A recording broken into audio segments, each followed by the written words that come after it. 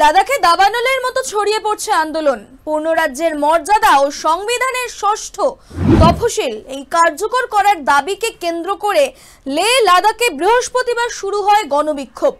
প্রথমে শান্তিপূর্ণ হলেও অল্প সময়ের মধ্যেই তা ভয়াবহ রূপ নিতে শুরু করেছে। পুলিশের সঙ্গে সংঘর্ষে প্রাণ হারান অন্তত 4 জন এবং আহত হন প্রায় 70 জন।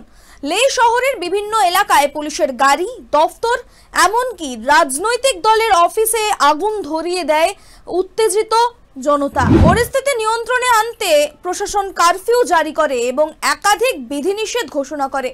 এই অশান্তির জন্য সরাসরি দায়ী করা হচ্ছে খ্যাতনামা জলবায়ু আন্দোলন কর্মী সোনাম ওয়াংচুককে। কেন্দ্রীয় স্বরাষ্ট্রমন্ত্রক অভিযোগ জানাচ্ছেন, তার দীর্ঘ অনশন, বক্তৃতা এবং নেপালের জেনজি আন্দোলনের তুলনা লাদাখের তরুণদের বিভ্রান্ত করছে। ফলে আন্দোলনের চরিত্র বদলে গিয়ে হিংসার রূপ নেয়।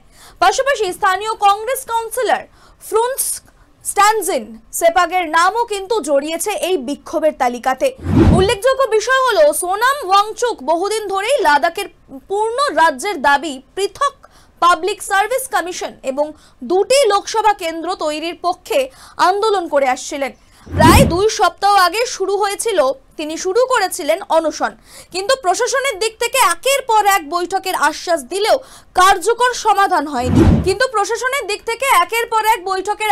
দিলেও কার্যকর সমাধান না মেলায় এই ক্ষোভ বাড়ছিল মানুষের মধ্যে। তারই বহিঃপ্রকাশ বৃহস্পতিবারের এই রক্তক্ষয়ী বিক্ষোভ। যদিও নিজস্ব ভিডিও বার্তায় সোনাম স্পষ্ট বলেছেন, তিনি সহিংসতা চাননি, বরং উদ্বিগ্ন হয়েছেন হিংসার এই ঘটনায়। তার অভিযোগ, প্রশাসন আগেভাগে পরিস্থিতি আঁচ করেও কোনো সতর্কমূলক পদক্ষেপ কেন নেয়নি।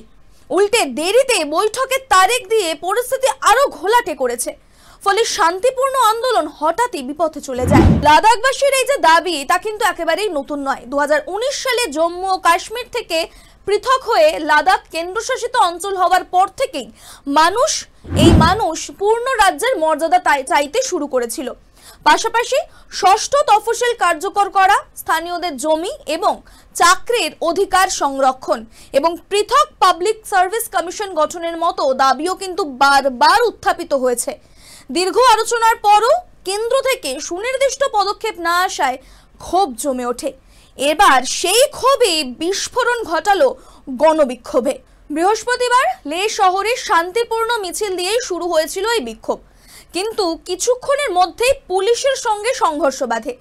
জনতা পাথর ছোড়ে, পুলিশের গাড়িতে আগুন দেয়, সরকারি দফতর ভাঙচুর করে, এমনকি বিজেপির কার্যালয়েও আগুন ধরিয়ে দেওয়া হয়। এর জেরেই প্রাণহানি হয় এবং বহু আহত হওয়ার ঘটনা সামনে আসে। প্রশাসন কারফিউ জারি করে 5 জনের বেশি জড়ো হওয়ার উপর নিষেধাজ্ঞা আরোপ করা হয়েছে।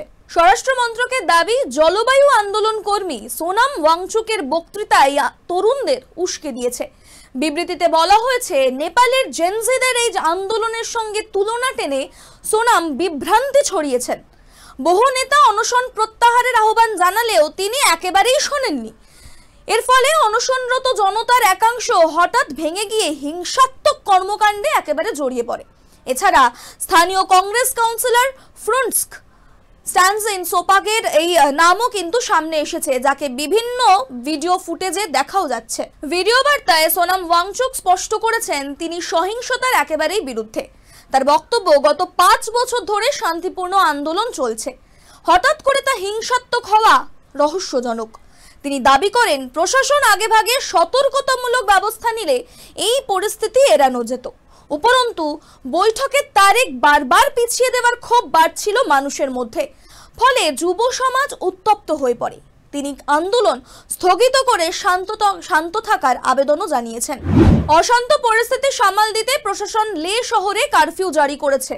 5 জনের বেশি সমাবেশে নিষেধাজ্ঞা জারি হয়েছে।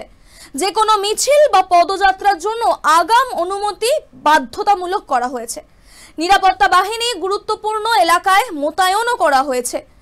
এদিকে কেন্দ্রীয় গোয়েন্দা সংস্থা পরিস্থিতি খতিয়ে দেখতে বিশেষ রিপোর্ট চেয়েছে। প্রশাসন জানিয়েছে, পরিস্থিতি নিয়ন্ত্রণে আনার পাশাপাশি দোষীদের শনাক্ত করে আইনি ব্যবস্থা নেওয়া হবে। লাদাখের অশান্তি এখন জাতীয় আলোচনার কেন্দ্রবিন্দু।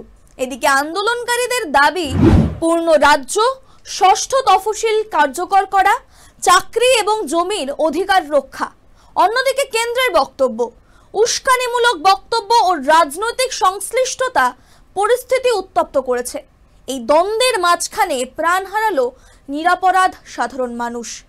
প্রশাসন যেখানে কারফিউ ও কঠোর ব্যবস্থা নিয়ে পরিস্থিতি সামাল দেওয়ার চেষ্টা করছে, অন্যদিকে সেখানে প্রশ্ন উঠছে দীর্ঘদিনের শান্তিপূর্ণ আন্দোলন হঠাৎ কেন সহিংস হয়ে উঠল।